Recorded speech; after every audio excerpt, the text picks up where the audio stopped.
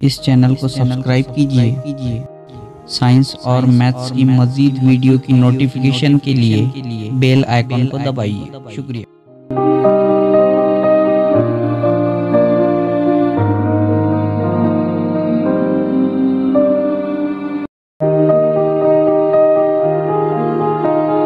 अस्सलामुअलैकुम। देखिए, आज के हमारे इस मॉडल का नाम है दिन रात। इसे इंग्लिश में हम डे एंड नाइट कहते हैं। देखिए, हमारे पास एक बॉक्स है, उसके अंदर सूरज की तरह एक बल्ब है,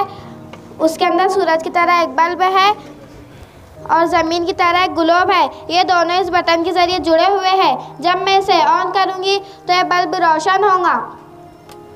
देखिए, ये बल्ब रोशन हुआ और ज़मीन ग्लोब घूमने लगती है।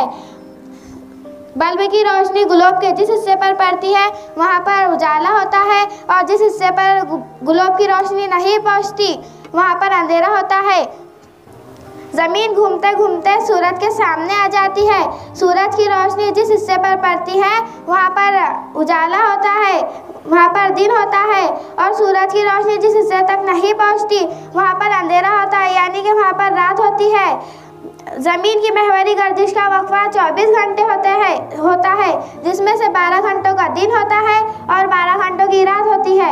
यह अमल मुसलसल जारी रहता है। मुझे उम्मीद है आपको मॉडल पसंद आएगा। शुक्रिया।